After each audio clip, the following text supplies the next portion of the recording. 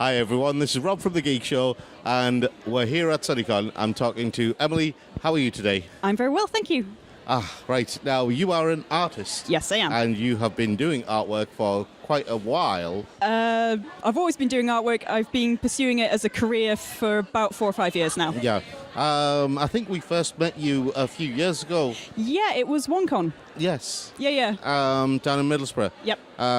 Very short-lived, unfortunately, but how have things been progressing in terms of art? I've been getting quite a bit of attention on my Redbubble store. I do get commissions. I've had people interested in having my work as an illustration on a book, so that might be something happening in a month. Might be, I'm not betting on it, but the fact that the interest is there is quite nice. And it's just slowly getting there. I've had interest in my designs as tattoos, people wanting to commission me to have my work then put on them. So wow. I was actually inspired to have my work on myself as just a transfer. So I've got transfer tattoos upstairs now as well. So. Fantastic. So, I mean, a lot of what you do is it's not quite tribal. It's a lot more artistic than tribal. Yeah. It's known as zentangle. Most people will probably recognize it from adult coloring books like that craze. It's the super detailed animals and nature and wildlife in these super tight, intricate designs, and I love that kind of work. So you're the reason why my nephew lost his pencil crayons to his parents. Quite possibly. My bad. No, it was a news article that went around. Apparently, they were running out of pencil crayons. Yeah. A global shortage because of adult coloring books. Whoops. It's your fault. Yes, it's all my fault. Every zentangle thing ever, my fault. I'm so sorry. So how long does it take to make these things? For an A4, black and white, it can take me anywhere between 5 to 7 hours. Wow. And then add on another half an hour to an hour for then put colour on top. Yeah.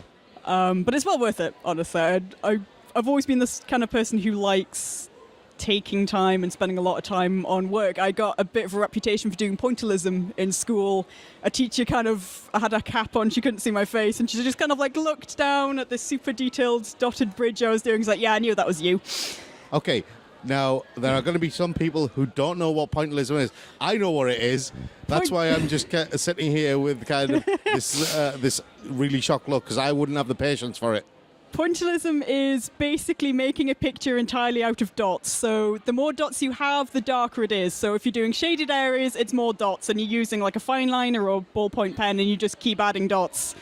Lots of dots, and it can take a very long time to do even a small picture. This is the head shake of trauma.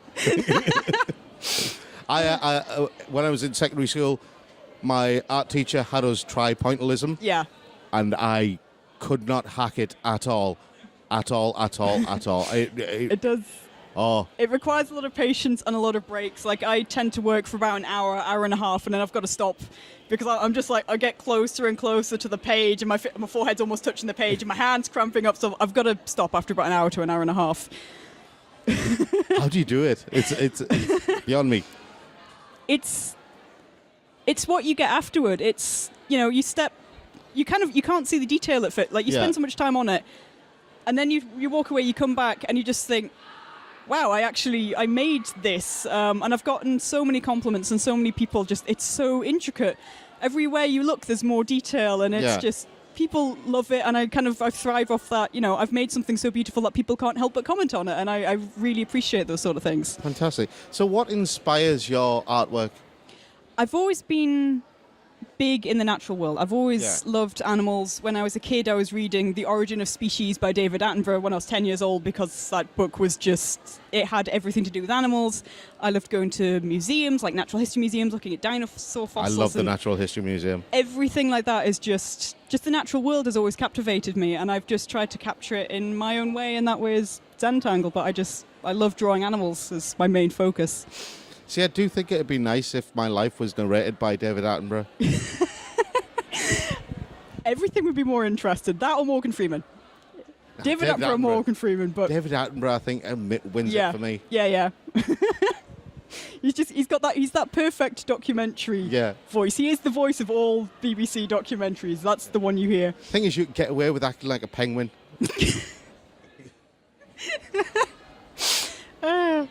He has What was the one where he was?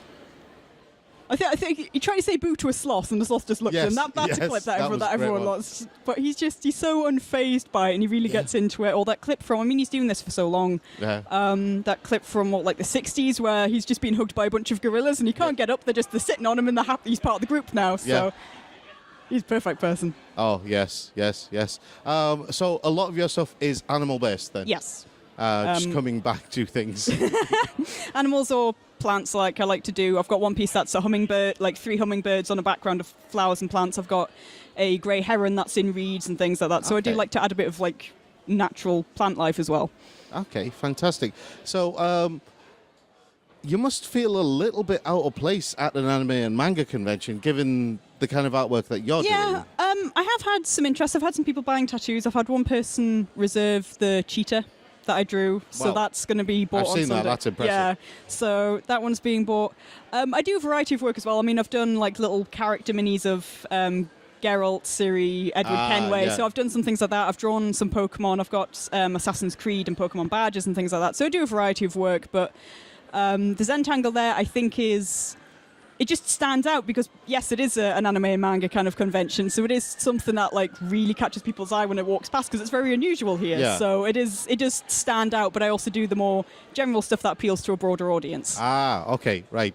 So it's not so much that you're just doing your own thing and then that's it. Yeah, I do. I try to fit in, but I bring my own work along as well. It's kind of like the eye-catching thing almost. It's it's my signature piece. It's what pulled people in, and then they find the other things in there that they like as well. So all the pop culture-y stuff is like an icebreaker. Yeah, exactly. That's just the entree. Yeah. The main dish is over the here. main dish. Yeah. Okay, fantastic. Thank you so much for talking to us today, Emily. Yeah, it's lovely being here. It's been an absolute pleasure, and hope you have a great weekend. You too.